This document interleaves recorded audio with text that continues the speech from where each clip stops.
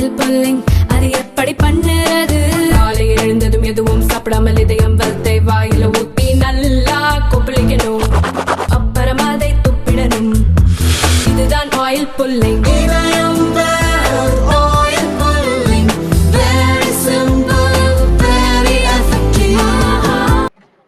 Honorable Prime Minister to reply the discussion.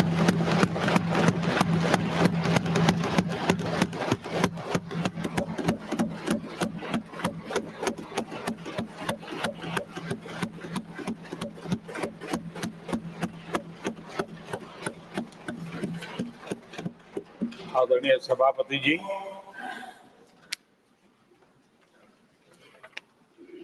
आदरणीय राष्ट्रपति जी ने भारत की उपलब्धियों के बारे में, दुनिया की भारत से अपेक्षाओं के बारे में और भारत के सामान्य मानवी का आत्मविश्वास, विकसित भारत बनाने का संकल्प, इन सारे विषयों को लेकर के विस्तार से चर्चा की है। देश को आगे की दिशा भी दिखाई है। आदरणीय राष्ट्रपति जी का अभिभाषण प्रेरक भी था,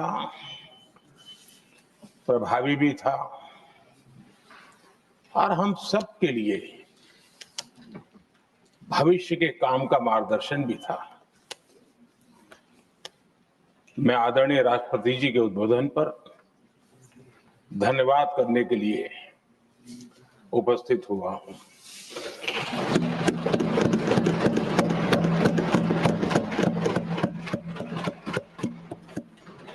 आदरणीय सभापति जी,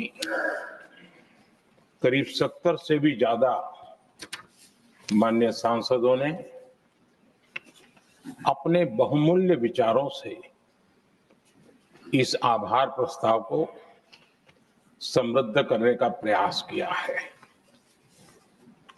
यहां पक्ष प्रतिपक्ष दोनों तरफ से चर्चा हुई। हर किसी ने अपने अपने तरीके से राष्ट्रपति जी के अभिभाषण को जिसने जैसे समझा वैसे यहां समझाया और उन्होंने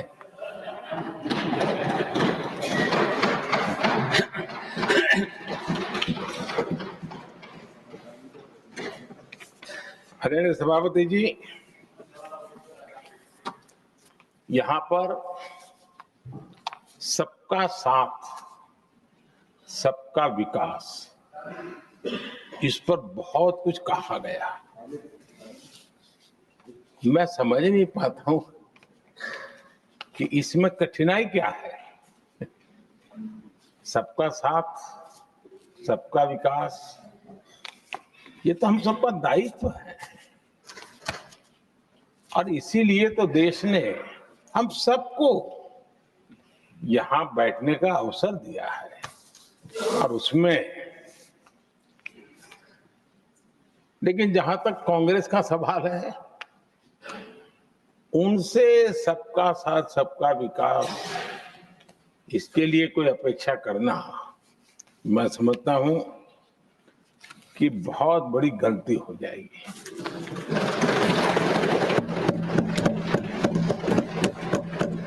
ये उनकी सोच के बाहर है, उनकी समझ के भी बाहर है और उनके रोड मैप में भी सूट नहीं करता है, क्योंकि वो इतना बड़ा दल एक परिवार को समर्पित हो गया है। उसके लिए सबका साथ सबका विकास संभव ही नहीं है।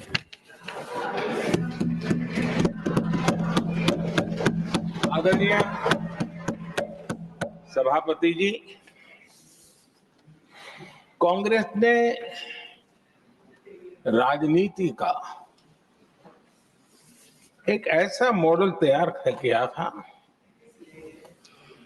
जिसमें झूठ, फरेब, भ्रष्टाचार, परिवारवाद, तुष्टीकरण, सबका गालमेल था। जहां सबका गालमेल हो वहां सबका साथ हो ही नहीं सकता।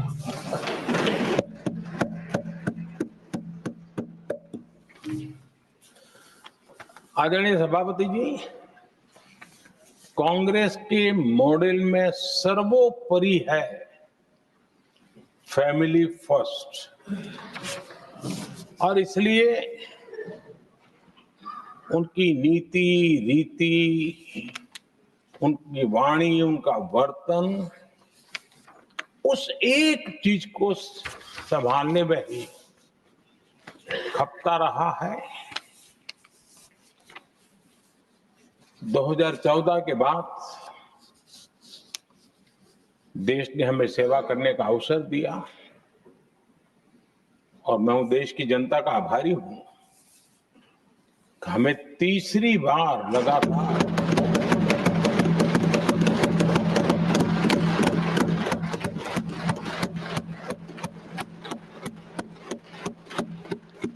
ये तीसरी बार जनता यहां पहुंचाती है। इतने बड़े देश में इतनी वाइब्रेंट डेमोक्रेसी हो, वाइब्रेंट मीडिया हो, हर प्रकार के बातें बताने की छूट हो, उसके बावजूद भी देश दूसरी बार, तीसरी बार हमें सेवा करने का मॉडल बनाती है। इसका कारण देश की जनता ने हमारे विकास के मॉडल को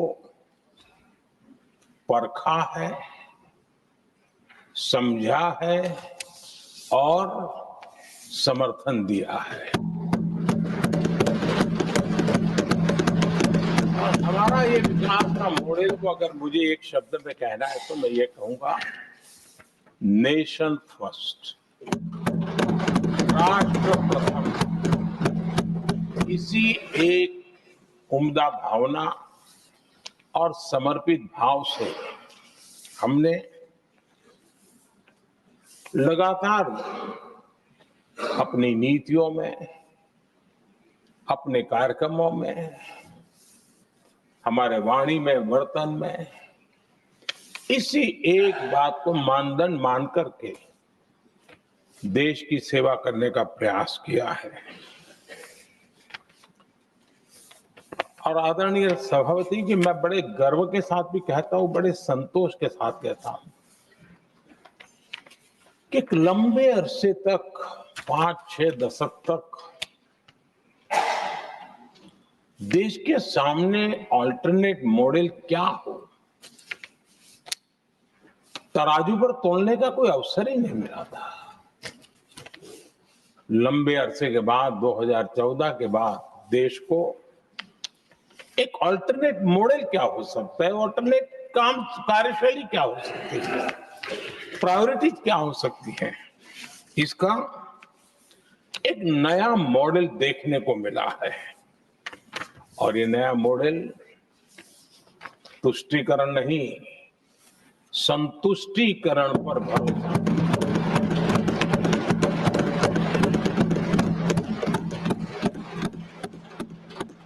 पहले के मॉडल में, खास करके कांग्रेस के कालखंड में, तुष्टीकरण, हर चीज में तुष्टीकरण, यही उनका एक प्रकार से औषधि बन गई थी उनकी राजनीति को करने की। और उन्होंने स्वार्थ नीति, राजनीति, देश नीति, सबका एक घोटाला करके रखा हुआ था। तरीका ये होता था कि छोटे तबके को कुछ दे देना और बाकियों को तरसा कर रखना, और जब चुनाव आए तब कहना, देखो उनका मिला है, शायद आपको भी मिल जाएगा। और इस प्रकार से झुनझुना बांटते रहना, लोगों के आंखों पर पट्टी बांध करके अपनी राजनीतिक सियासत को चलाए रखना, ताकि चुनाव के समय वोट की खेती हो सके, यही कार्य चलता रहा। आदरणीय सभापति जी, हमारी कोशिश रही है कि भारत के पास जो भी संसाधन है, उन संसाधनों का ऑप्टिमम यूटिलाइजेशन किया जाए। भारत के पास जो समय है, उस समय का भी बर्बादी से बचा करके पल पल का उपयोग देश की प्रगति के लिए, जन सामान्य के कल्याण के लिए, उसी पर वो खर्च हो। और इसलिए हमने एक अप्रोच अपनाया, सैचुरेशन का अप्रोच।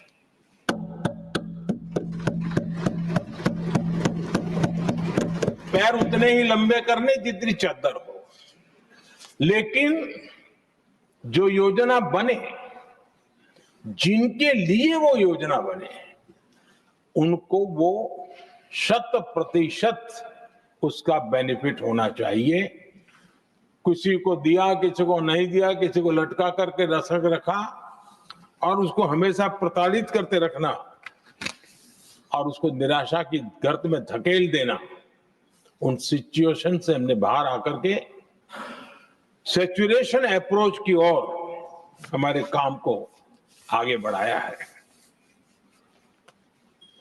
बीते दशक में हमने हर स्तर पर सबका साथ, सबका विकास की भावना को जमीन पर उतारा है और वो आज देश में जिस प्रकार से बदलाव नजर आ रहा है, फल के रूप में हम अनुभव करने लगे हैं।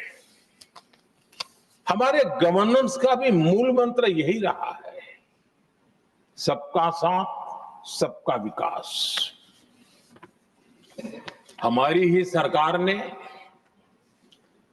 SC, ST एक्ट को मजबूत बनाकर दलित और आदिवासी समाज के सम्मान और उनके सुरक्षा के संबंध में अपनी प्रतिबद्धता भी दिखाई और हमने उसको बढ़ाया।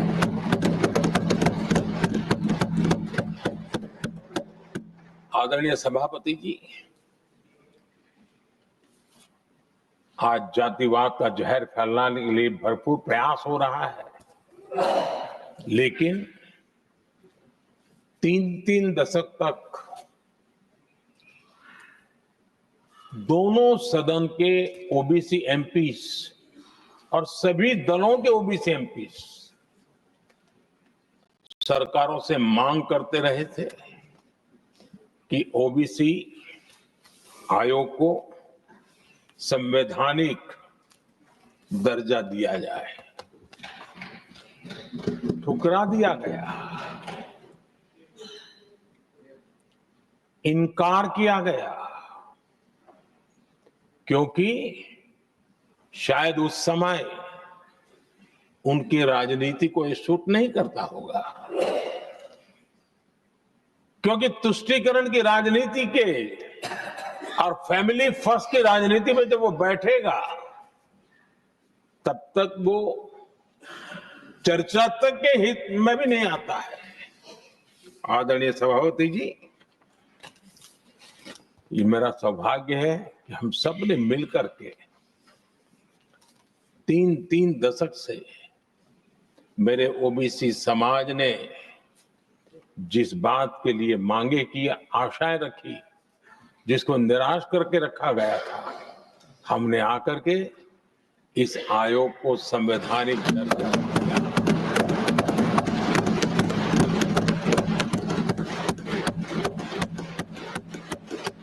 और हमने सिर्फ उनकी मांग पूरी की इतना नहीं, हमारे लिए उनका मान सम्मान भी उतना ही महत्वपूर्ण है, क्योंकि देश के 140 करोड़ देशवासियों को हम जनता जनार्दन के रूप में पूजने वाले लोग हैं।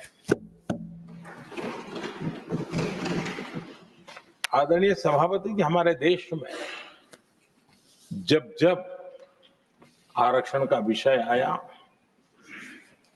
तो उसको एक तंदुरुस्त तरीके से समस्या के समाधान के लिए सत्य को स्वीकार करते हुए करने का प्रयास नहीं हुआ। हर चीज में देश में विभाजन कैसे हो, तनाव कैसे पैदा हो, एक दूसरे के खिलाफ दुश्मनी कैसे पैदा हो, वही तरीके अपनाए गए। देश आजाद होने के बाद जब जब ये प्रयास हुए हैं इसी तरीके से हुए हैं। पहली बार हमारी सरकार ने एक ऐसा मॉडल दिया और सबका साथ सबका विकास के मंत्र की प्रेरणा से दिया कि हमने सामान्य वर्ग के गरीब को 10% आरक्षण दिया, बिना तनाव के, बिना किसी का छीन करके। और जब ये निर्णय किया तो एससी समुदाय ने भी उसको स्वागत किया, एसटी समुदाय ने भी स्वागत किया, ओबीसी समुदाय ने भी स्वागत किया। किसी को भी पेट में दर्द नहीं हुआ, क्योंकि इतना बड़ा निर्णय, लेकिन करने का तरीका था सबका साथ सबका विकास। और तब जाकर के बहुत ही स्वस्थ शांत तरीके से पूरे राष्ट्र ने इस बात को स्वीकार किया। आदरणीय सभापति जी, हमारे देश में दिव्यांगों की कभी सुनवाई जितनी मात्रा में होनी चाहिए थी नहीं हुई। जब सबका साथ सबका विकास का मंत्र होता है ना, तब मेरे दिव्यांग जन भी वो सबके कैटेगरी में होते हैं। और तब जाकर के हमने दिव्यांगों के लिए आरक्षण का विस्तार किया, दिव्यांगों के लिए सुविधाएं उपलब्ध हो, इसके लिए मिशन मोड में काम किया। दिव्यांगों के कल्याण के लिए अनेक योजनाएं बनाई, लेकिन योजनाओं को लागू भी किया। ये इसके कारण इतना ही नहीं, आदरणीय सभापति जी, ट्रांसजेंडर कम्युनिटी के अधिकारों को लेकर के हमने उसको कानूनी रूप से उसको पुख्त करने के लिए प्रामाणिकता पूर्वक प्रयास किया। सबका साथ सबका विकास के मंत्र को हम कैसे जीते हैं, ये हमने समाज के उस उपेक्षित वर्ग की तरफ भी हमने बड़ी संवेदना के साथ देखा। आदरणीय सभापति जी, भारत की विकास यात्रा में नारी शक्ति के योगदान को कोई नकार नहीं सकता है, लेकिन उनको अगर अवसर मिले और वो नीति निर्धारण का हिस्सा बने तो देश की प्रगति में और गति आ सकती है। और इस बात को ध्यान में रखते हुए हमने ही और इस सदन का पहला निर्णय हुआ, हम देशवासी गर्व कर सकते हैं, सदन इस बात के लिए याद रखा जाएगा, ये नया सदन सिर्फ उसके रूप रंग के लिए नहीं, ये नया सदन का पहला निर्णय था नारी शक्ति बंधन। इस नए सदन को हम किसी और तरीके से भी कर सकते थे, हम हमारी वाहवाही के लिए भी उपयोग कर सकते थे, पहले भी होता था, लेकिन हमने तो मातृशक्ति की वाहवाही के लिए इस सदन का आरंभ किया था। और मातृशक्ति के आशीर्वाद से ये सदन अपना कार्य आरंभ किया है। आदरणीय सभापति जी, हम जानते हैं, इतिहास की तरफ अब थोड़ी नजर करें।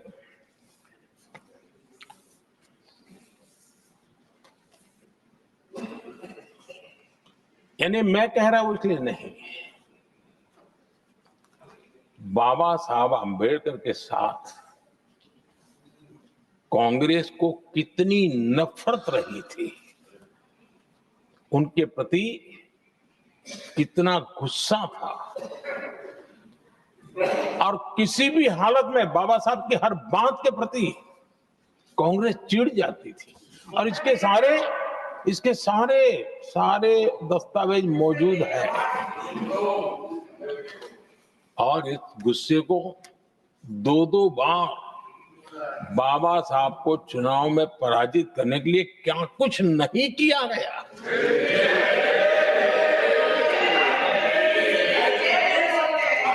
कभी भी बाबा साहब को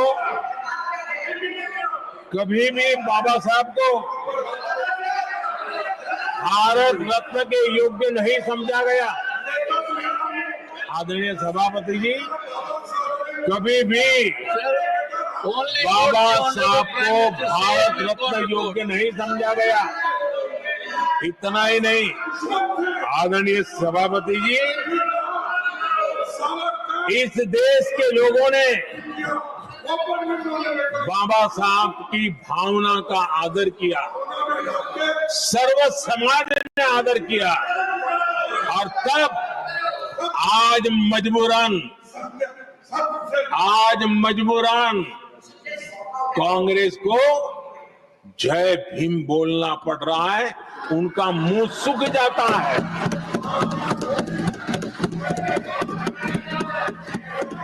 और आदरणीय सभापति जी, ये कांग्रेस भी रंग बदलने में बड़ी माहिर लग रही है। कितनी तेजी से अपना नकाब बदल देते हैं, ये इसमें साफ साफ नजर आ रहा है। आदरणीय सभापति जी, आप कांग्रेस का अध्ययन करेंगे तो कांग्रेस की राजनीति, जैसे हमारा मूल मंत्र रहा सबका साथ सबका विकास, वैसा उनका हमेशा रहा कि दूसरे की लकीर छोटी करना।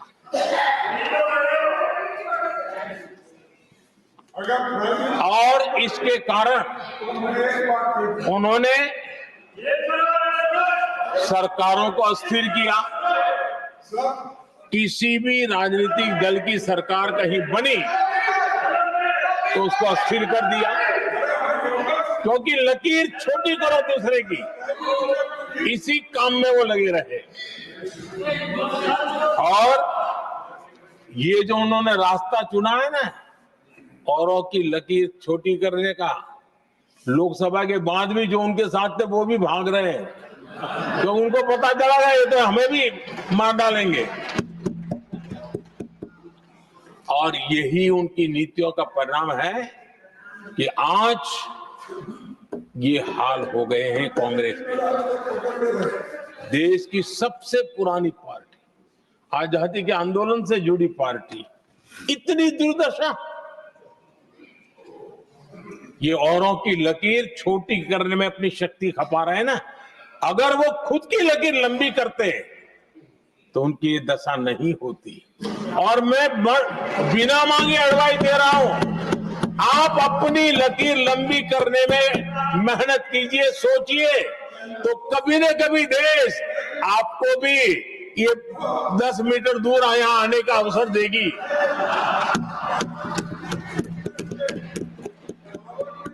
आदरणीय सभापति जी, बाबा साहब ने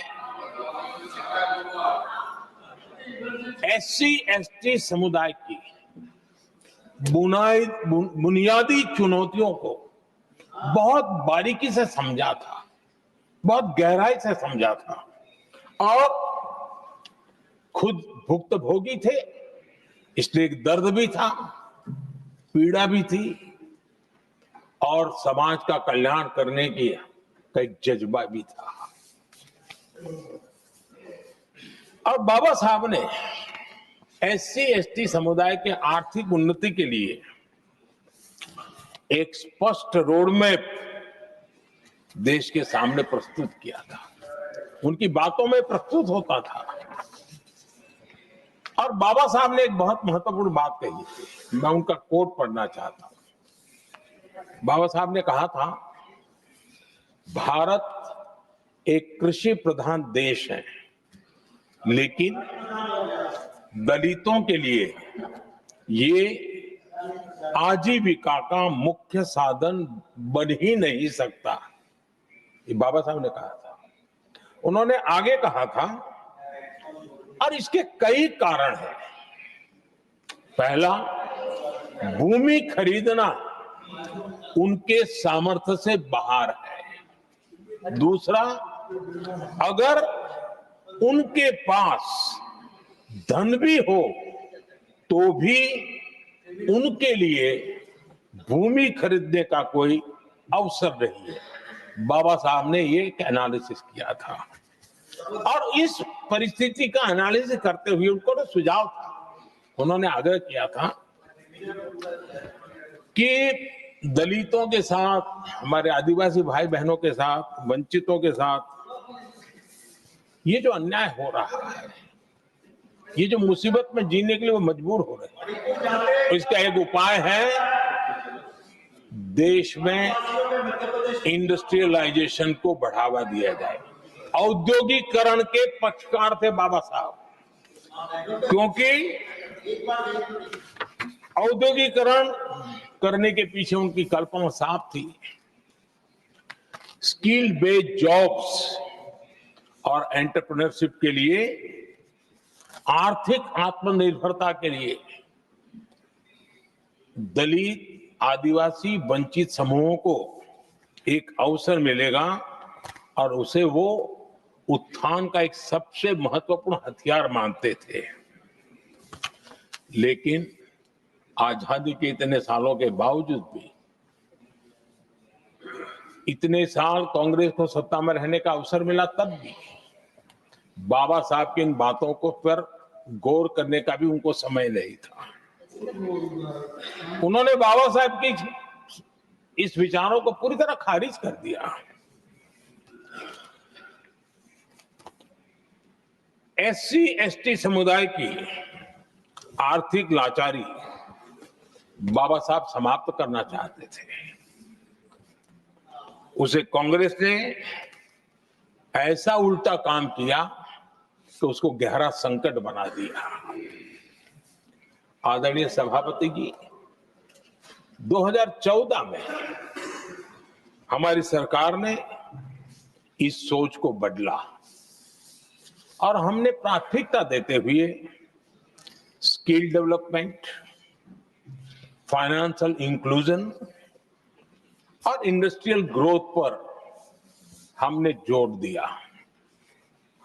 हमने पीएम विश्वकर्मा योजना बना करके समाज का वो तबका जिसके बिना समाज की रचना ही संभव नहीं है, और हर गांव में छोटे छोटे रूप में बिखरे हुए समाज, जो पारंपरिक कार्य करने वाले हमारे विश्वकर्मा भाई बहन, लोहार हो, कुम्हार हो, समाज के सोनार हो, ऐसे सारे जो वर्ग के लोग हैं, पहली बार देश में उनके लिए कोई चिंता हुई और उनको ट्रेनिंग देना, टेक्नोलॉजिकल अपग्रेडेशन के लिए नए औजार देना, डिजाइनिंग में उनको मदद करना, आर्थिक सहायता करना, उनके लिए बाजार उपलब्ध कराना, ये सारा दिशाओं में एक विशेष काम हमने अभियान चलाया हुआ है।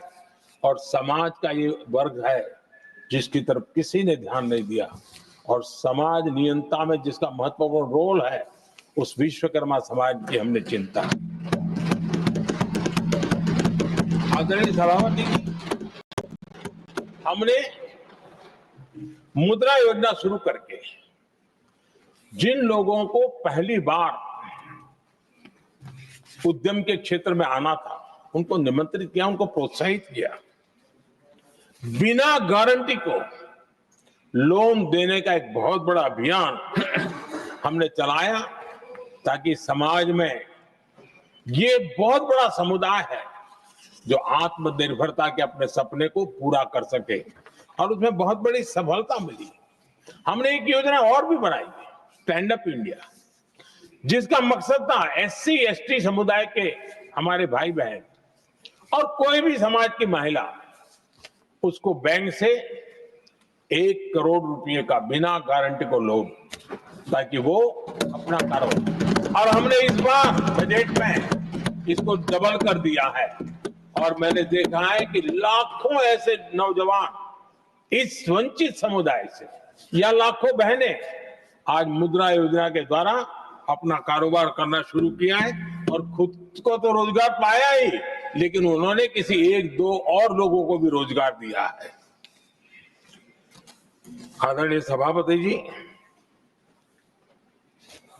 हर कारीगर का सशक्तिकरण, हर समुदाय का सशक्तिकरण और जो बाबा साहब का सपना था उसको पूरा करने का काम मुद्रा योजना के माध्यम से हमने किया है।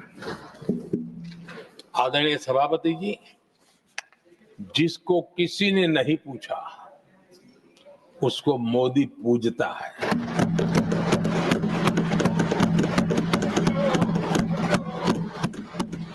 गरीब, वंचित, उसकी का कल्याण, ये हमारी प्राथमिकता है।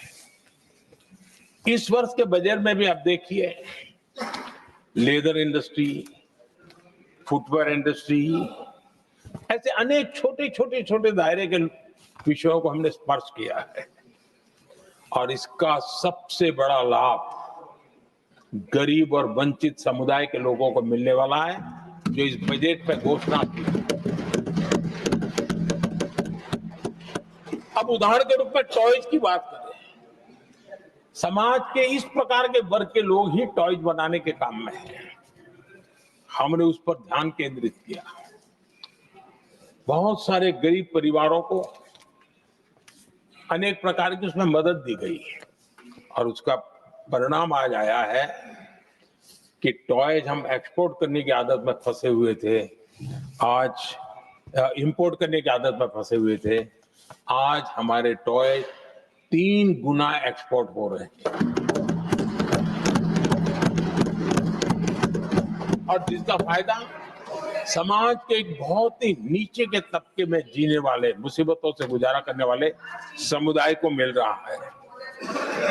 आदरणीय सभापति जी, हमारे देश में एक बहुत बड़ा समुदाय है, मछुआरा समुदाय। इन मछुआरे साथियों के लिए हमने एक अलग मिनिस्ट्री तो बनाई, लेकिन जो बेनिफिट किसान क्रेडिट में किसानों को मिलता था, हमने वो किसान क्रेडिट कार्ड के सारे बेनिफिट हमारे मछुआरे भाई बहनों को भी दिए,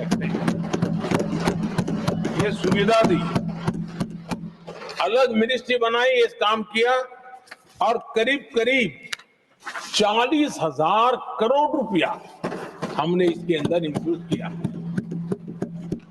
फिशरीज सेक्टर को बल दिया है और इसका प्रयास इन प्रयासों का परिणाम ये आया है कि हमारा मछली उत्पादन 2 गुना और एक्सपोर्ट भी 2 गुना हुआ है और जिसका सीधा बेनिफिट हमारे मछुआरे भाई बहनों को हुआ है। यानी समाज के सबसे उपेक्षित हमारे बंधु हैं, उनको हमने सबसे ज्यादा प्राथमिकता दे करके हमने काम करने का प्रयास किया है। आदरणीय सभापति जी, यहाँ जो जातिवाद का जहर फैलाने की जिनको नया शौक लग गया है, हमारे देश के आदिवासी समाज, उन आदिवासी समाज में भी कई स्तर की स्थितियां हैं।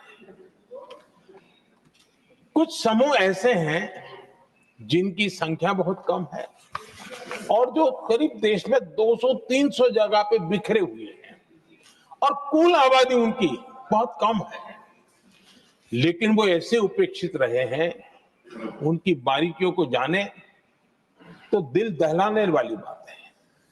और मेरा सद्भाग्य रहा कि राष्ट्रपति जी से इस विषय में मुझे काफी गाइडेंस मिला, क्योंकि उस समाज को काफी निकट से राष्ट्रपति जी जानती है और उसी में से आदिवासी समाज में भी बहुत वंचित अवस्था में जीने वाला एक जो छोटा तबके के लोग व बिखरे पड़े लोग हैं, उनको विशेष रूप से योजना में लाने का प्रयास हुआ और हमने पीएम जनमन योजना बनाई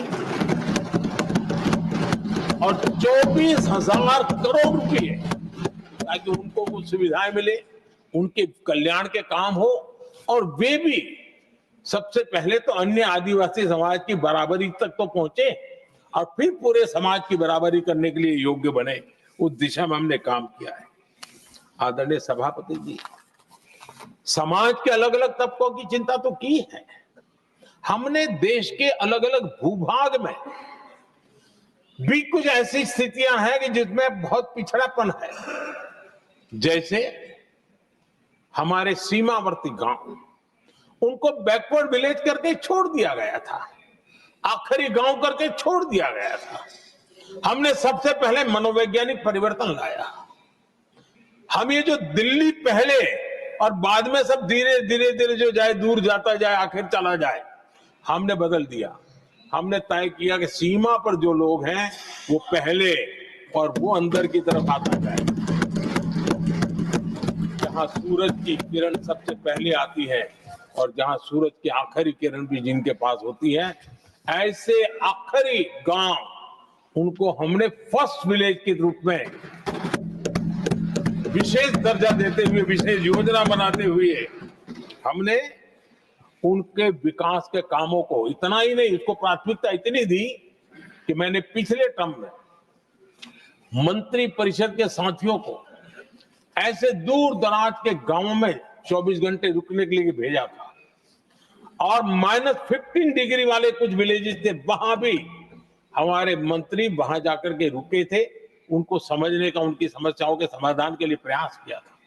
और हमने 15 अगस्त 26 जनवरी में जो मेहमान बुलाते हैं, उसमें भी ये जो सीमा पर बसे हुए हमारे पहले विलेज है, आज उनके प्रधानों को हम 26 जनवरी 15 अगस्त तक बुलाते हैं। राष्ट्रपति जी के यहाँ एट होम में होते हैं, क्योंकि हमारी कोशिश है सबका साथ सबका विकास, और इसलिए खोजते रहते हैं कि हम किसको अभी भी पहुंचना बाकी है, चलो जल्दी करो। आदरणीय सभापति जी, वाइब्रेंट विलेज की योजना देश की सुरक्षा के लिए भी बहुत उपयोगी हो रही है, बहुत महत्वपूर्ण हो रही है और हम उसको भी बल दे रहे हैं। आदरणीय सभापति जी, राष्ट्रपति जी ने गणतंत्र के 75 वर्ष के मौके पर संविधान निर्माताओं से प्रेरणा लेने का भी आग्रह अपने अभिभाषण में किया है। मैं आज बड़े संतोष के साथ कह सकता हूं कि हमारे संविधान निर्माताओं की जो भावना थी, उसी का आदर करते हुए, उसी से प्रेरणा लेते हुए हम आज आगे बढ़ रहे हैं। कुछ लोगों को लगता होगा ये यूसीसी क्या लाए हैं, लेकिन जो संविधान सभा की डिबेट पढ़ेंगे उनको पता चलेगा कि हम उस भावना का यहां लाने का प्रयास कर रहे हैं। कुछ लोगों की राजनीति आड़े आती होगी, लेकिन हम संविधान निर्माताओं की भावना को जीते हैं ना, तब जाकर के ये साहस करते हैं और कमिटमेंट के साथ पूरा करने का प्रयास करते हैं। आदरणीय सभापति जी, संविधान निर्माताओं का आदर करना चाहिए था। संविधान निर्माताओं के एक एक बात से प्रेरणा लेने की थी, लेकिन ये कांग्रेस है जिसने आजादी के तुरंत बाद ही संविधान निर्माताओं की भावनाओं की धज्जियां उड़ा दी थी, और ये दुख के साथ मुझे कहना पड़ रहा है। आप कल्पना कर सकते थे कि जब देश में चुनी हुई सरकार नहीं थी, एक स्टॉप गैप अरेंजमेंट था चुनाव तक का, वो स्टॉप गैप अरेंजमेंट में जो बैठे थे महाशय, उन्होंने संविधान में संशोधन कर दिया आते ही। चुनी हुई सरकार करती तो थोड़ा भी तो समझ आता था, लेकिन उतना भी इंतजाम नहीं किया। और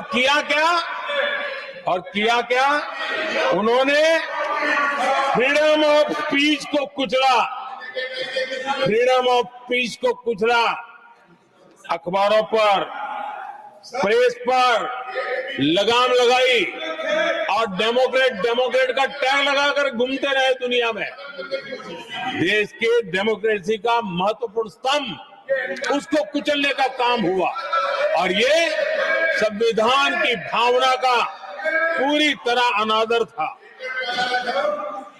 आदरणीय सभापति जी, देश की पहली सरकार थी, नेहरू जी प्रधानमंत्री थे और मुंबई में जब नेहरू जी प्रधानमंत्री थे तब मुंबई में मजदूरों की एक हड़ताल हुई। उसमें मशहूर गीतकार मजरूह सुल्तानपुरी जी ने एक गीत गाया था, कॉमनवेल्थ का दास है, ये कविता उन्होंने गाई थी। कविता गाने मात्र के गुणे में नेहरू जी ने देश के एक महान कवि को जेल में ठूस दिया।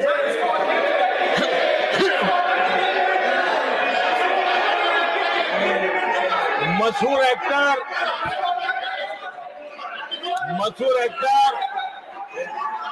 बलराज साहनी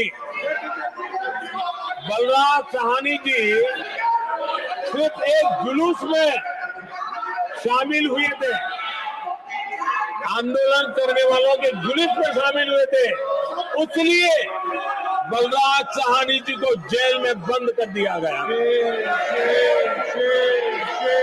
आदरणीय सभापति जी, लता मंगेशकर जी के भाई हृदयनाथ मंगेशकर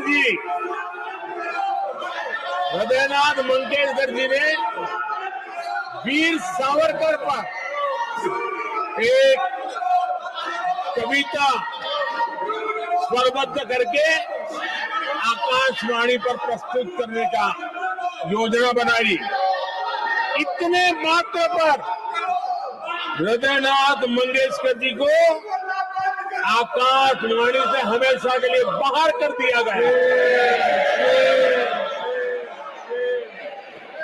आदरणीय सभापति जी, इसके बाद देश ने इमरजेंसी का भी दौर देखा है। आदरणीय सभापति जी, इस देश ने इमरजेंसी का भी दौर देखा है। संविधान की किस प्रकार से कुचला गया, संविधान के स्पिरिट को किस प्रकार से रौंदा गया, और वो भी सत्ता सुख के लिए किया गया, ये देश जानता है। और इमरजेंसी में प्रसिद्ध सिने कलाकार देवानंद जी से आग्रह किया गया कि वे इमरजेंसी का समर्थन करें पब्लिकली। देवानंद जी ने साफ इमरजेंसी पर समर्थन करने से इनकार कर दिया। उन्होंने हिम्मत दिखाई और इसलिए दूरदर्शन पर देवानंद जी की सभी फिल्मों को प्रतिबंधित कर दिया गया।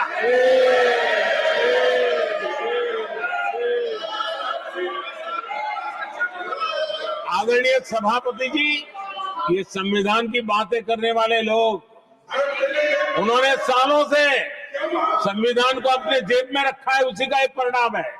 संविधान का सम्मान नहीं किया है। आदरणीय सभापति जी किशोर कुमार जी, उन्होंने कांग्रेस के लिए गाना गाने से मना किया। इस एक गुनाह के लिए आकाशवाणी पर किशोर कुमार के सभी गानों को प्रतिबंधित कर दिया गया।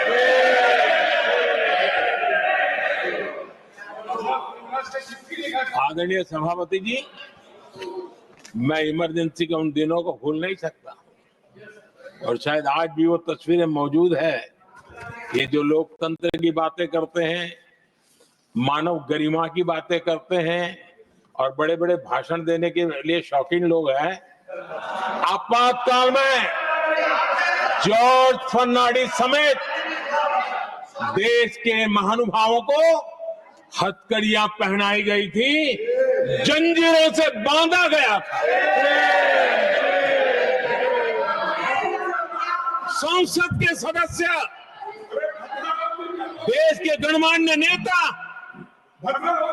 उनको हथकड़ियां और जंजीरों से बांधा गया था। इनके मुंह में संविधान शब्द शोभा नहीं देता है।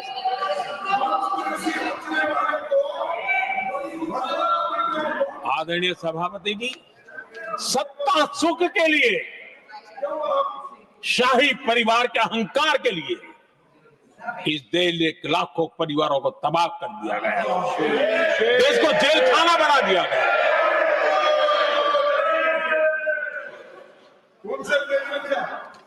बहुत लंबा संघर्ष चला। ये अपने आप को बहुत बड़ा 30 बार खा मारने वालों को जनता जनार्दन की ताकत को स्वीकार करना पड़ा, घुटने टेकने पड़े और देश में जनता जनार्दन के सामर्थ्य से इमरजेंसी हटी।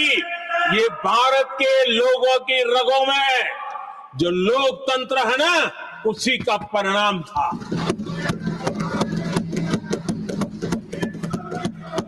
हमारे माननीय खड़गे जी आपके सामने बढ़िया बढ़िया शेर सुनाते रहते हैं और उनका शौक है शेर सुनाने का, और सभापति जी आप भी बड़ा मजा लेते हैं।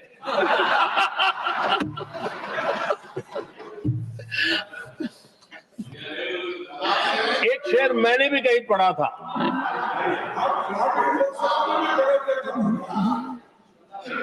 तमाशा करने वालों को क्या खबर, तमाशा करने वालों को क्या खबर, हमने कितने तूफानों को पार कर दिया जलाया है, हमने कितने तूफानों को पार कर दिया जलाया है। आदरणीय सभापति जी,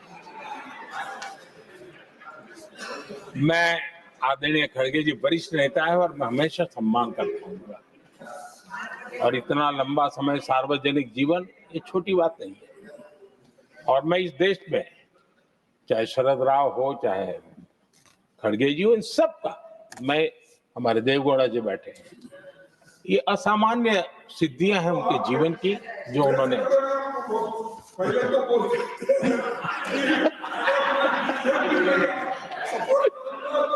ऐसा है खड़गे जी, आपको आपके घर में तो ये बातें सुनने को नहीं मिलेगी, नहीं बता दिया।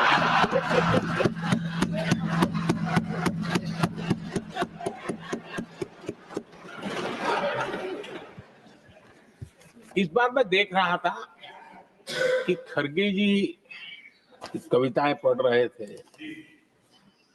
लेकिन जो बातें बता रहे थे, और आपने बड़ा सही पकड़ा था कि जरा बताओ तो सही भी ये कविता है कब की है? उनको पता था, सभापति जी, उनको पता था ये कविताएं कब की है। भीतर कांग्रेस की दुर्दशा का इतना दर्द पड़ा था, लेकिन वहां हालत यह है कि बोल नहीं सकते, तो उन्होंने सोचा ये अच्छा मंच है, यही बोल दें, और इसलिए उन्होंने नीरज की कविता के माध्यम से उनके घर के हालात यहां प्रस्तुत किए हैं। आदरणीय सभापति जी, जो आज के लिए सही है। खड़गे जी को मैं आज वही कवि नीरज जी की कुछ पंक्तियां सुनाना चाहता हूं। कांग्रेस सरकार का जो दौर था उस समय नीरज जी ने ये कविताएं लिखी थी और उसमें उन्होंने कहा था, है बहुत अंधियारा, है बहुत अंधियारा, अब सूरज निकलना चाहिए, अब सूरज निकलना चाहिए, जिस तरह से भी हो ये मौसम बदलना चाहिए, जिस तरह से भी हो ये मौसम बदलना चाहिए। नीरज जी ने कांग्रेस के उस कालखंड में ये कविता कही। 1970 में जब कांग्रेस, अरे चारों तरफ कांग्रेस का राज चलता था, उस समय नीरज जी का एक और कविता संग्रह प्रकाशित हुआ था, फिर दीप जलेगा। हरिवंश जी तो अभ्यासु हैं तो उनको भली भांति पता है। उस समय उनका यह संग्रह प्रसिद्ध हुआ था, फिर दीप जलेगा। उसमें उन्होंने कहा था, और ये बड़ा महत्वपूर्ण है, नीरज जी ने उस समय कहा था, मेरे देश उदास न हो। नीरज जी ने अपनी कविता में कहा था, मेरे देश उदास न हो, फिर दीप जलेगा, तिमिर ढलेगा। और हमारा सद्भाग्य देखिए, हमारे प्रेरणा पुरुष अटल बिहारी वाजपेयी जी ने भी 40 साल पहले कहा था, सूरज निकलेगा, अंधेरा छटेगा, कमल खिलेगा।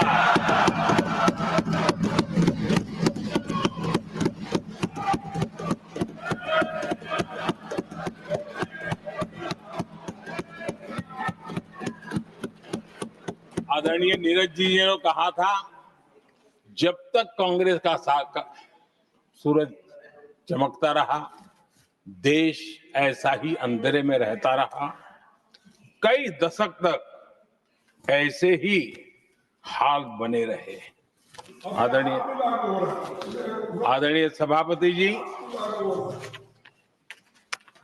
गरीबों को शक्ति देने के लिए, गरीबों के सशक्तिकरण के लिए जितना काम हमारे कार्यकाल में हुआ है, हमारी सरकार के द्वारा हुआ है, इतना पहले कभी नहीं हुआ।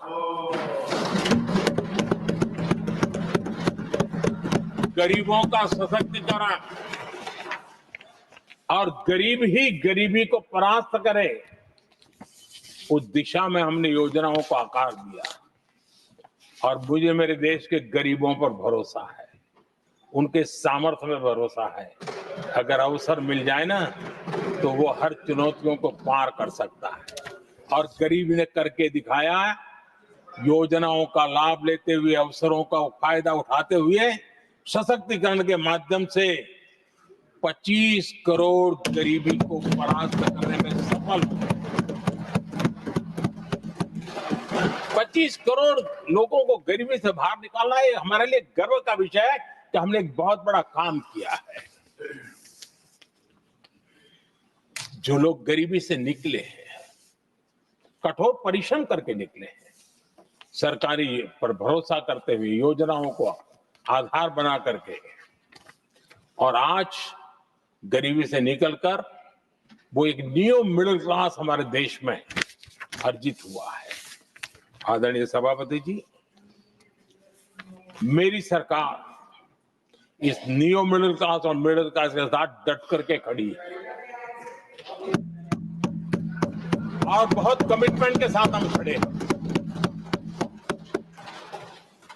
हमारे न्यू मिडिल क्लास और मिडिल क्लास की आकांक्षाएं आज देश के लिए गति देने वाली शक्ति है। हमारे देश की एक नई ऊर्जा है, देश की प्रगति का सबसे बड़ा आधार है।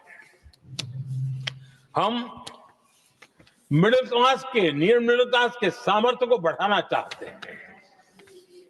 हमने मिडिल क्लास के लिए एक बहुत बड़े हिस्से को टैक्स में इस बजट में जीरो कर दिया है।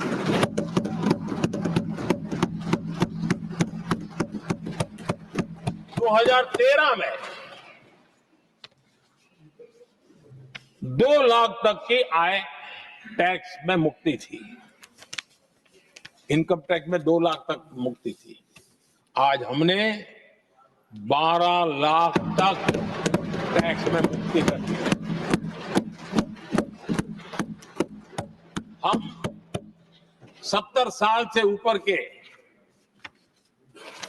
किसी भी वर्ग के क्यों न हो, किसी भी समाज से क्यों न हो, उनको आयुष्मान योजना का लाभ देकर के, और उसका सबसे बड़ा लाभ मिडिल क्लास के बुजुर्गों को मिल रहा है।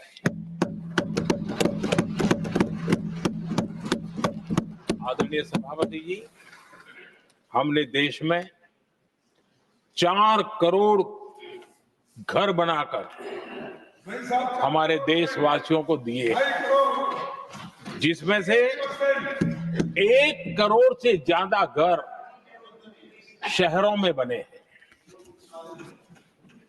हमने घर खरीदने वालों के साथ बहुत बड़ा फ्रॉड हुआ करता था, उनको सुरक्षा देना बहुत जरूरी था, और इसी सदन में हमने रेरा का कानून बनाया है, जो आज मध्यम वर्ग के घर के सपने के खिलाफ जो रुकावटें थी, उसको दूर करने एक महत्वपूर्ण हथियार बना है।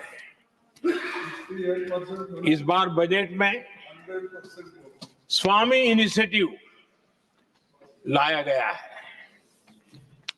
जो हाउसिंग प्रोजेक्ट अटके हुए हैं, जिसमें मध्यम वर्ग के पैसे रुके हुए हैं और उनकी सुविधाएं अटकी हुई हैं, उनके उस काम के लिए 15,000 करोड़ रुपया इस बजट में हमने आवंटित किया है, ताकि मध्यम वर्ग के उन सपनों को पूरा कर सकें। आदरणीय सभापति जी, स्टार्टअप का रिवॉल्यूशन जिसको आज दुनिया ने देखा है, और उसका एक प्रभाव भी है। ये स्टार्टअप चलाने वाले कौन है? ये स्टार्टअप चलाने वाले नौजवान ज्यादातर मिडिल क्लास के नौजवान हैं। आज पूरी दुनिया भारत के प्रति आकर्षित है, खास करके G20 समूहों की देश के 50-60 स्थानों पर जो मीटिंगें हुई, उसके कारण भारत को, जो पहले सभी दिल्ली, मुंबई या बेंगलुरु मानते थे, भारत को विशालता का उनको पता चला है, और आज विश्व का भारत के टूरिज्म के प्रति आकर्षण बढ़ा है। और जब टूरिज्म बढ़ता है तो व्यवसाय के भी अनेक अवसर आते हैं, और उसका लाभ भी हमारे मिडिल क्लास को बहुत मिलने वाला है, उनके आय के साथ।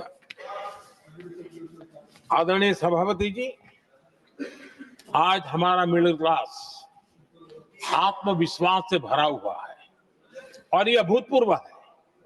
ये अपने आप में एक बहुत बड़ा सामर्थ्य बना देता है देश का, और मुझे पूरा विश्वास है कि भारत का मध्यम वर्ग विकसित भारत के संकल्प को साकार करने के लिए कमर कस करके खड़ा हो गया है, हमारे साथ चल पड़ा है। आदरणीय सभापति जी, विकसित भारत के निर्माण में सबसे बड़ा रोल देश के युवाओं का है। हमें डेमोग्राफी का डिविडेंड, उस पर हमारा भी बल है।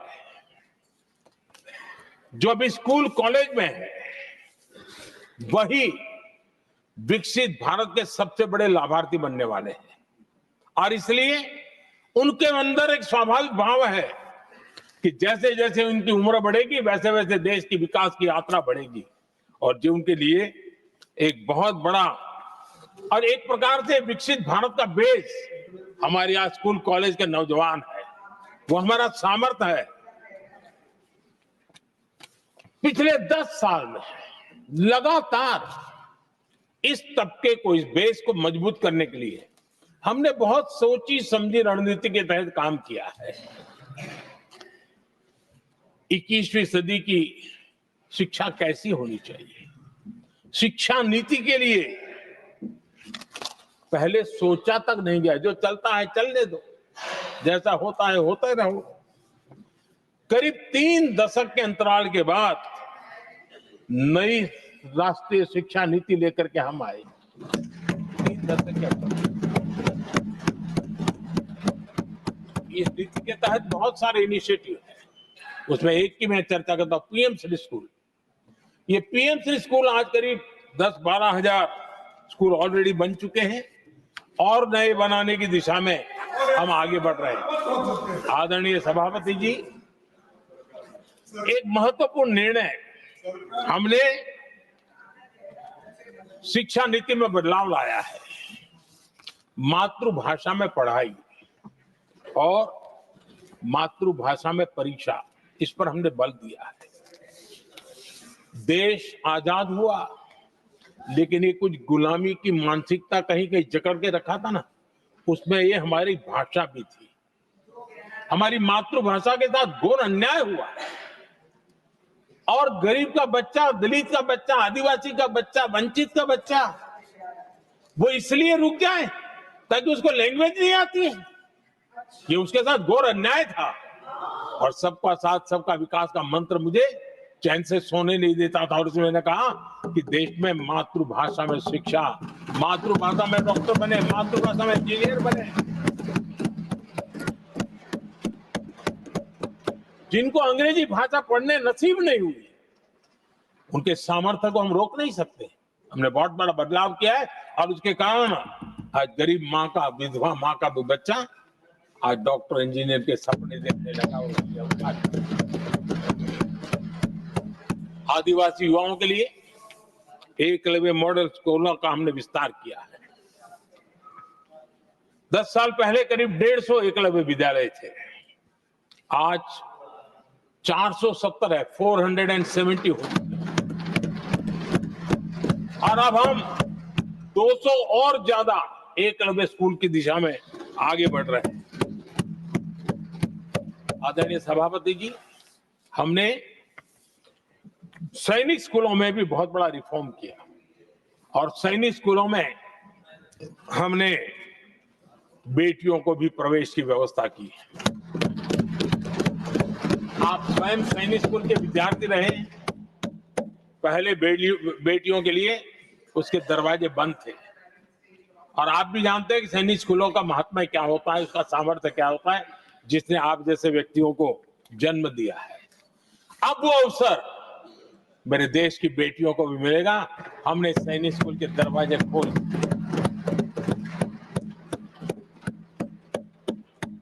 और अभी हमारी सैकड़ों बेटियां देशभक्ति के इस माहौल में अपनी पढ़ाई कर रही हैं, और देश के लिए जीने का जज्बा सहज रूप से उनके भीतर पनप रहा है। आदरणीय सभापति जी, युवाओं के ग्रूमिंग में एनसीसी की बहुत बड़ी भूमिका है। हम में से जो भी एनसीसी के संपर्क में रहा है, उसे मालूम है कि उस उम्र में और उस कालखंड में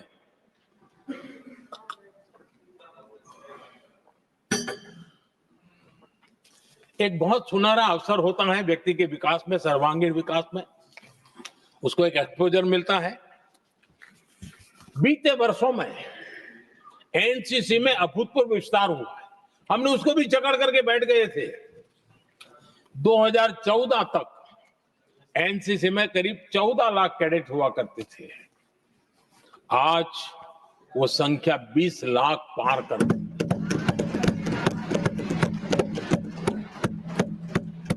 आदरणीय सभापति जी, देश के युवाओं में जो उमंग है, उत्साह है, नया कुछ कर गुजरने की इच्छा है, रूटीन काम से भी हटकर के कुछ करने का उनका इरादा है, ये साफ नजर आता है। जब मैंने स्वच्छ भारत अभियान चलाया, मैंने देखा कि आज भी कई शहरों के नौजवानों की टोलियां अपने तरीके से, स्वयं प्रेरणा से स्वच्छता के अभियान को आगे बढ़ा रही है। कोई झुग्गी झोपड़ी में जाकर के शिक्षा के लिए काम कर रहे हैं, कई नौजवान कुछ न कुछ कर रहे हैं। इन सारी बातों को देख करके हमें लगा कि देश के युवाओं को एक अवसर मिलना चाहिए, संगठित रूप से प्रयास होना चाहिए, और इसके लिए हमने माय भारत एक आंदोलन शुरू किया है। मेरा युवा भारत, माय भारत। आज करीब 1.5 करोड़ से ज्यादा युवाओं ने उसमें अपनी रजिस्ट्री करवाई है, और देश के वर्तमान विषयों पर चर्चा करना, मंथन करना, समाज को जागरूक करना, सक्रियता से ये नौजवान अपनी प्रेरणा से कर रहे हैं। उनको स्पून फीडिंग की जरूरत नहीं पड़ रही है, वो अपने सामर्थ्य से अच्छी चीजों को हाथ लगा करके आगे बढ़ रहे हैं। आदरणीय सभापति जी, खेल का क्षेत्र स्पोर्ट्समैन स्पिरिट को जन्म देते हैं, और जिस देश में स्पोर्ट जितना व्यापक होता है, उस देश के अंदर वो स्पिरिट अपने आप पनपता है। खेल प्रतिभा को बल देने के लिए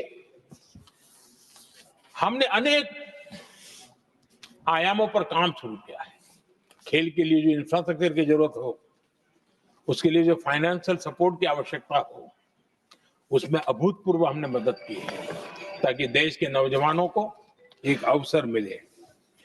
target Olympic podium scheme, tops, और खेलो इंडिया अभियान हमारे स्पोर्ट्स इकोसिस्टम को पूरी तरह ट्रांसफॉर्म करने की ताकत रखते हैं, और हम अनुभव भी कर रहे हैं। पिछले दिनों 10 साल में जितने भी इंटरनेशनल स्पोर्ट्स इवेंट हुए हैं, भारत ने अपना झंडा गाड़ दिया है, भारत ने अपना सामर्थ्य दिखा दिया है, भारत के नौजवानों ने अपना लोहा बनवा लिया है, और उसमें हमारी बेटियां भी उतना ही दमखम के साथ दुनिया के सामने भारत की ताकत का प्रदर्शन कर रही है। आदरणीय सभापति जी, किसी भी देश को विकासशील से विकसित की जो यात्रा होती है, उसमें जन कल्याण के कामों का अपना महत्व है, लोक कल्याण के कामों का अपना महत्व है, लेकिन इंफ्रास्ट्रक्चर एक बहुत बड़ा कारण होता है, बहुत बड़ी ताकत होता है, और विकासशील से विकसित की यात्रा इंफ्रास्ट्रक्चर से गुजरती है, और हमने इंफ्रास्ट्रक्चर का महत्व को समझा है, और हमने इस पर बल दिया है। और जब इंफ्रास्ट्रक्चर की बात होती है, तो ये भी जरूरी है कि वो समय सर पूरे हो, जिसकी हम कल्पना करें, योजना करें, आवश्यकता समझे, लेकिन लटके रहे तो उसका फायदा नहीं मिलता है, उससे टैक्सपेयर का पैसा भी बर्बाद होता है, और देश उस लाभ से वंचित रह जाता है, अनेक सालों तक इंतजार करता है, उसका बहुत बड़ा भारी नुकसान होता है, जिसको शब्दों में गिना नहीं जा सकता है। कांग्रेस के कालखंड में अटकाना, भटकाना, लटकाना, ये उनका कल्चर बन गया था, और उसके कारण ये राजनीति का हिस्सा था। किस प्रोजेक्ट को करने देना, नहीं करने देना, उसमें राजनीतिक तराजू रहता था। सबका साथ, सबका विकास का मंत्र नहीं होता था। एक भी नहीं होना। इस कांग्रेस कल्चर से मुक्ति पाने के लिए हमने एक प्रगति नाम की व्यवस्था बनाई, और नियमित रूप से मैं स्वयं इस प्रगति प्लेटफॉर्म के माध्यम से इंफ्रास्ट्रक्चर का प्रोजेक्ट्स का डिटेल मॉनिटरिंग करता हूं।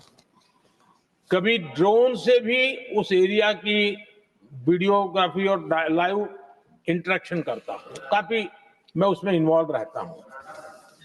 करीब करीब 19 लाख करोड़ रुपए के ऐसे जो प्रोजेक्ट अटके पड़े हुए थे किसी न किसी कारण से, राज्य और केंद्र का कोऑर्डिनेशन नहीं होगा, एक डिपार्टमेंट का दूसरे डिपार्टमेंट से कोऑर्डिनेशन नहीं होगा, फाइलों में कहीं लटका पड़ा होगा, इन सारी चीजों का रिव्यू करता हूं। और ऑक्सफोर्ड यूनिवर्सिटी ने उस पर अध्ययन किया, प्रगति के हमारे इनिशिएटिव पर, और बहुत बड़ा उसने अच्छा रिपोर्ट दिया है। और उसमें उसने एक बहुत बड़ा सुझाव दिया है। उसने कहा, हाँ, प्रगति के इनिशिएटिव के बारे में कहा है। उन्होंने कहा प्रगति के अनुभवों से सीखते हुए अन्य विकासशील देशों के पास भी इंफ्रास्ट्रक्चर के विकास में क्रांति लाने का एक मूल्यवान अवसर है। ये प्रगति को सभी डेवलपिंग कंट्रीज के लिए उन्होंने सुझाव दिया। पहले काम कैसे होते थे, मैं तथ्यों के साथ कुछ उदाहरण देना चाहता हूं ताकि पता चले कि कैसे देश को नुकसान किया गया है। मैं ये नहीं कह रहा हूं हर कुछ एक ही व्यक्ति ने जानबूझ के किया होगा, लेकिन कल्चर डेवलप हो गया और उसका परिणाम हुआ।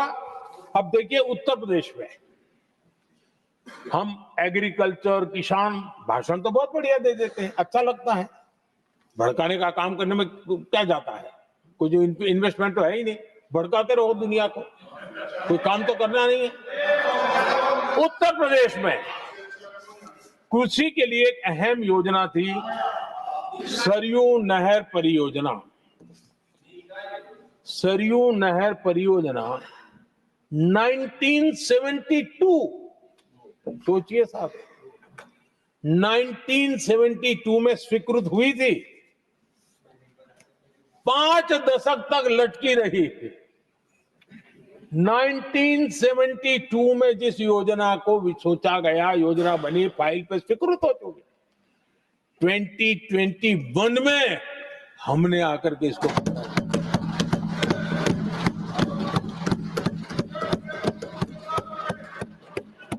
आदरणीय सभापति जी, जम्मू कश्मीर की Udhampur Srinagar Baramulla rail line, Udhampur Srinagar Baramulla rail line in 1994 में स्वीकृत हुई थी।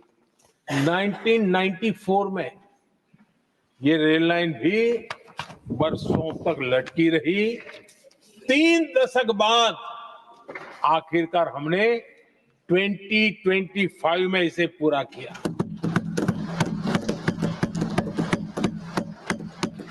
आदरणीय सभापति, ओडिशा की Haridaspur Paradip rail line, Haridaspur Paradip rail line 1996 में स्वीकृति हुई थी। ये भी बरसों तक अटकी रही और ये भी 2019 में हमारे कार्यकाल में पूरी हुई। आदरणीय सभापति, असम का बोगीबिल ब्रिज 1998 में स्वीकृत हुआ था, ये भी हमारी सरकार ने 2018 में पूरा किया। और मैं ऐसे आपको सैकड़ों उदाहरण दे सकता हूं। अटकाना, लटकाना, भटकाना, ये कल्चर कितने देश को बर्बाद किया है, सैकड़ों उदाहरण दे सकता हूं। आप कल्पना कर सकते हैं,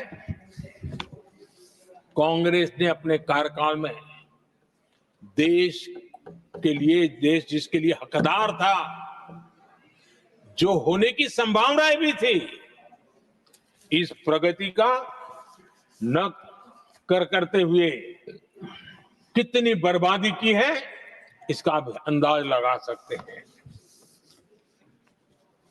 इंफ्रास्ट्रक्चर प्रोजेक्ट्स में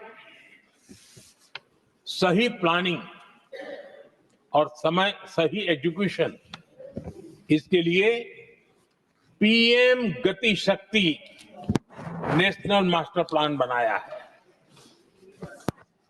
पीएम गति शक्ति में जो लोग डिजिटल वर्ल्ड में इंटरेस्टेड हैं, उनके लिए जरूरी है समझना, और मैं तो चाहूंगा इसको राज्यों ने भी उपयोग करना चाहिए। पीएम गति शक्ति प्लेटफॉर्म में 1600 डेटा लेयर्स हैं हमारे देश के अलग अलग कामों के, और निर्णय प्रक्रिया को तेज करते हैं, सरल करते हैं, और उसको लागू करने में भी बहुत तेजी से उसको लागू किया जा सकता है। तो आज गति शक्ति प्लेटफॉर्म अपने आप में एक बहुत बड़ा इंफ्रास्ट्रक्चर के काम को गति देने वाला आधार बन गया है।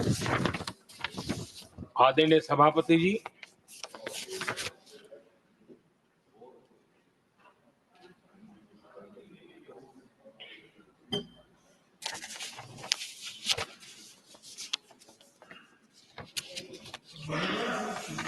आज के नौजवानों को ये जानना बहुत जरूरी है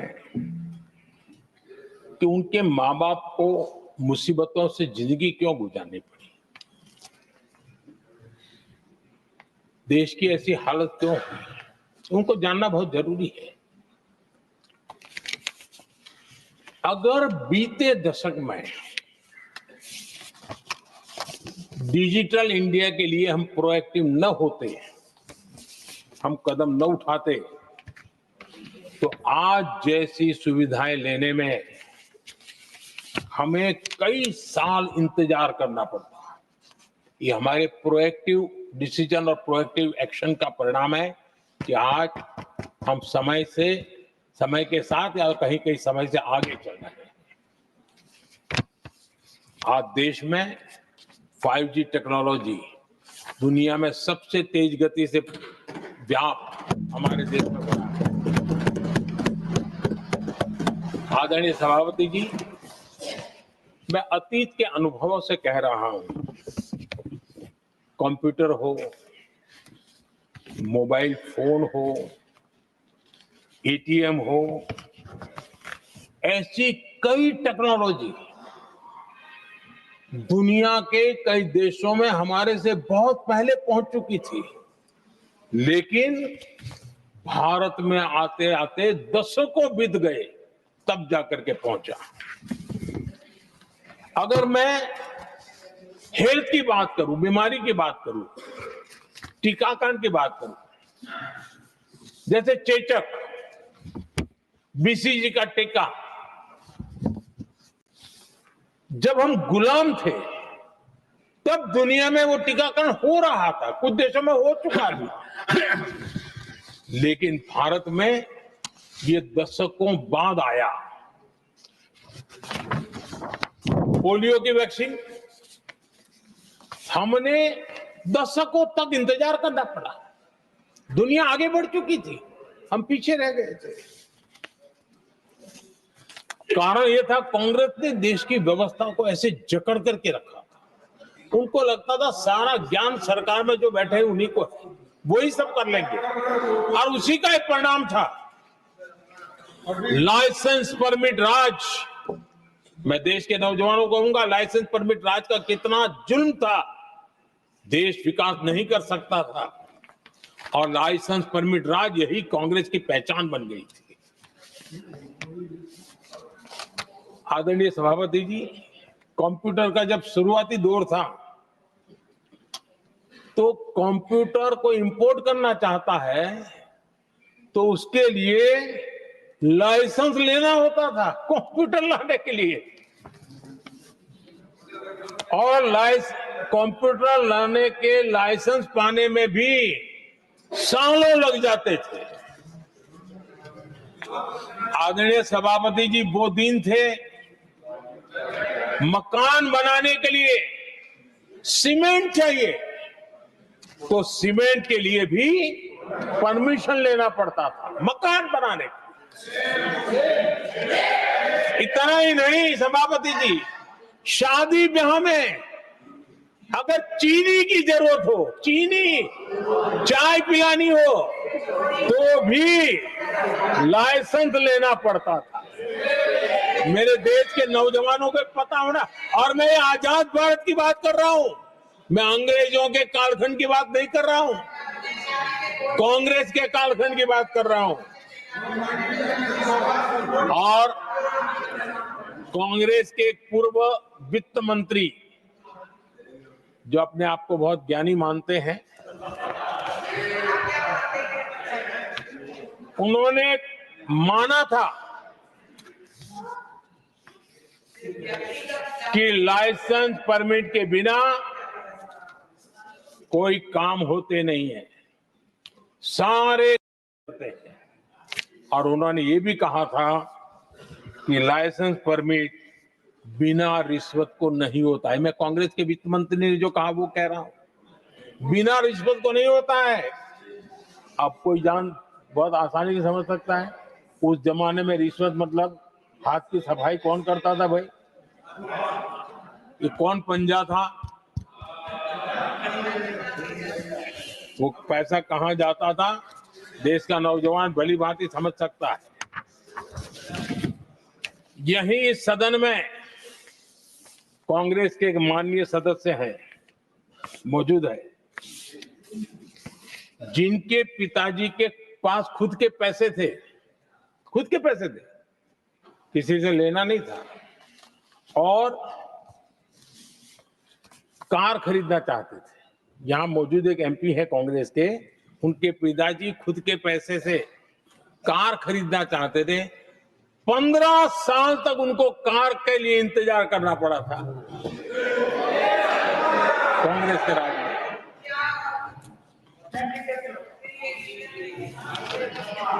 आदरणीय सभापति जी, हम सब जानते हैं, स्कूटर लेना हो तो बुकिंग करवा के पैसा देना, 8-8, 10-10 साल एक स्कूटर खरीदने में लग जाता था। और अगर मजबूरी में स्कूटर मानो बेचना पड़ा तो उसके लिए सरकार से परमिशन लेनी पड़ती थी।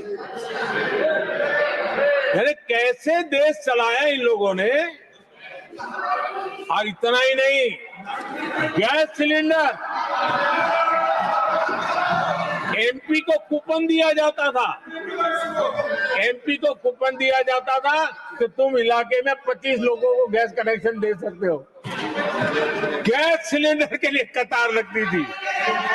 टेलीफोन कनेक्शन, नाक को दम आ जाता था टेलीफोन कनेक्शन के लिए।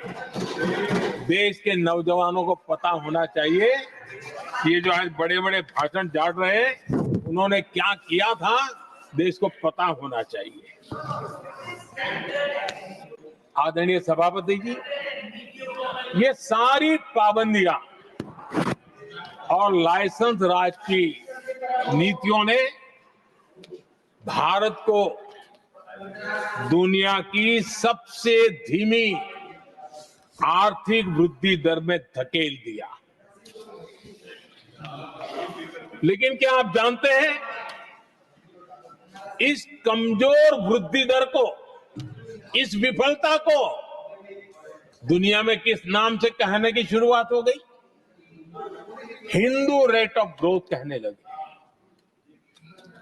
एक समाज का पूरा अपमान, विफलता सरकार में बैठे हुए लोगों की, काम न करने के सामर्थ्य बैठे हुए लोगों का, समझ शक्ति का अभाव बैठे हुए लोगों का, दिन रात भ्रष्टाचार में डूबे हुए लोगों का, और गाली पड़ी एक बहुत बड़े समाज को, हिंदू ग्रेट ऑफ ग्रोथ। आदरणीय सभापति जी, शाही परिवार के आर्थिक कुप्रबंधन और गलत नीतियों के कारण पूरे समाज को दोषी ठहराया गया और दुनिया भर में बदनाम किया गया। जबकि हम इतिहास देखें तो भारत के लोगों का तरीका और नीतियां, भारत के स्वभाव में लाइसेंस राज नहीं था, परमिट नहीं थी। भारत के लोग सदियों से, हजारों साल से खुले में विश्वास करते थे, और हम उन समुदाय में सबसे पहले थे जो दुनिया भर में मुक्त व्यापार, फ्री ट्रेड, उसमें मेहनत करते थे, काम करते थे। सदियों पहले भारतीय व्यापारी दूर दराज के देशों तक व्यापार करने के लिए जाते थे, कोई बंधन नहीं थे, कोई रुकावटें नहीं थे। ये हमारी प्रकृति की संस्कृति थी, हमने उसको तबाह करके रख दिया। आज जब पूरी दुनिया भारत की आर्थिक क्षमता को पहचानने लगी है, आज दुनिया तेज गति से आगे बढ़ने वाले देश के रूप में देख रही है, तो आज दुनिया भारत रेट ऑफ ग्रोथ दुनिया देख रही है और हर भारतीय को इसका गौरव है। और हम अपनी अर्थव्यवस्था का विस्तार कर रहे हैं।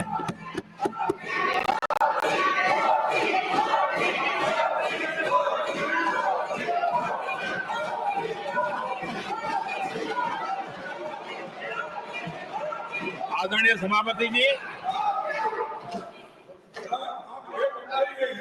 आदरणीय सभापति जी,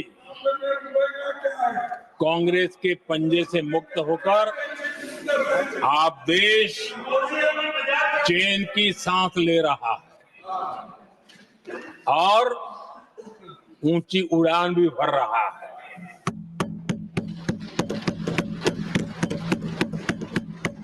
कांग्रेस के लाइसेंस राज और उसकी कुनीतियों से बाहर निकलकर हम मेक इन इंडिया को बढ़ावा दे रहे हैं। भारत में मैन्युफैक्चरिंग बढ़ाने के लिए हमने पीएलआई स्कीम शुरू की, एफडीआई से जुड़े रिफॉर्म्स किए। आज भारत दुनिया का दूसरा सबसे बड़ा मोबाइल प्रोडक्शन वाला देश बना है।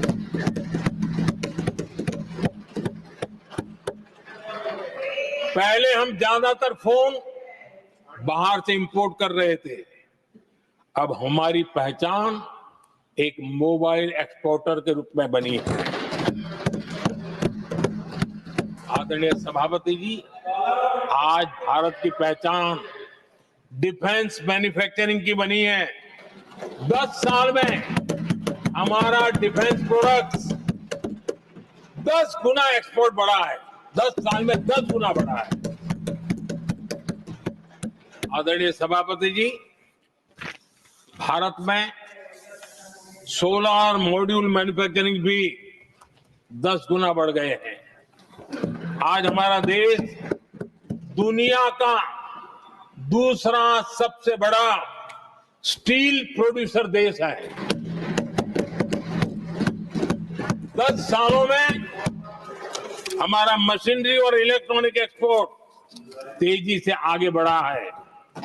बीते 10 सालों में भारत का टॉयज एक्सपोर्ट 3 गुना से ज्यादा बढ़ गया है। इन्हीं 10 सालों में एग्रो केमिकल एक्सपोर्ट भी बढ़ा है। कोरोना के कालखंड में हमने 150 से ज्यादा देशों को वैक्सीन और दवाइयां सप्लाई की। मेड इन इंडिया, हमारे आयुष और हर्बल प्रोडक्ट का एक्सपोर्ट भी बहुत तेज गति से बढ़ा है और बढ़ रहा है। आदरणीय सभापति जी, खादी जो कांग्रेस ने की तो सबसे बड़ा एक काम करते ना खादी के लिए, तो भी मुझे लगता है हाँ ये आजादी के आंदोलन के लोगों से कुछ प्रेरणा आगे बढ़ा रहे हैं, वो भी नहीं किया। खादी और विलेज इंडस्ट्री का टर्नओवर पहली बार 1.5 लाख करोड़ से ज्यादा हुआ।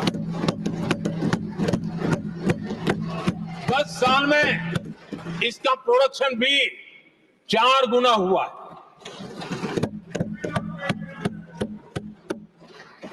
इस सारी मैन्युफैक्चरिंग का बहुत बड़ा लाभ हमारे एमएसएमई सेक्टर को मिला है। इससे देश में बड़ी संख्या में रोजगार के अवसर तैयार हुए हैं। आदरणीय सभापति जी, हम सभी जनता के प्रतिनिधि हैं।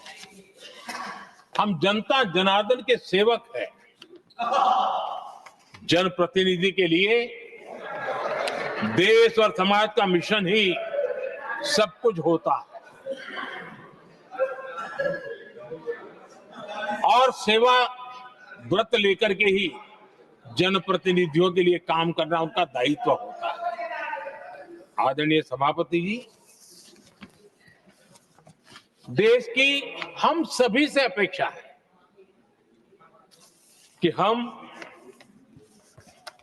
विकसित भारत को आत्मसात करने के लिए कोई कमी हमारी तरफ से नहीं रहनी चाहिए। हम सबका सामूहिक दायित्व होना चाहिए। ये देश का संकल्प है, ये किसी सरकार का संकल्प नहीं है, किसी व्यक्ति का संकल्प नहीं है, 140 करोड़ देशवासियों का संकल्प है। और सभापति जी, मेरे शब्द लिख करके रखिए, जो लोग विकसित भारत के संकल्प से अपना को अछूता रखेंगे, देश उनको अछूता कर देगी। हर किसी को जुड़ना पड़ेगा, अब बच करके नहीं रह सकते, क्योंकि भारत का मिडिल क्लास, भारत का नौजवान पूरी ताकत के साथ देश को आगे बढ़ाने में जुट चुका है। और इसलिए आदरणीय सभापति जी, जब प्रगति की राह पर देश चल पड़ा है, विकास की नई ऊंचाइयों को देश अर्जित कर रहा है, तब हम सबकी भूमिका बड़ी महत्वपूर्ण है। सरकारों में विरोध होना लोकतंत्र का स्वभाव है, नीतियों का विरोध होना लोकतंत्र का जिम्मेवारी भी है, लेकिन घोर विरोधवाद, घोर निराशावाद और अपनी लकीर लंबी नहीं करनी, दूसरी लकीर को छोटा करने की कोशिश है, विकसित भारत में रुकावट बन सकती है। हमें उसे मुक्त होना होगा और हमें आत्ममंथन भी करना होगा, निरंतर मंथन करना होगा। मुझे भरोसा है कि सदन में जो चर्चा हुई है उसमें से जो उत्तम चीजें हैं उसको लेकर के हम आगे बढ़ेंगे और हमारा मंथन जारी रहेगा। हमें निरंतर ऊर्जा राष्ट्रपति जी के उद्बोधन से मिलती रहेगी। एक बार फिर राष्ट्रपति जी का मैं हृदय से आभार व्यक्त करता हूं और सभी माननीय सांसदों का भी आभार व्यक्त करता हूं। बहुत बहुत धन्यवाद।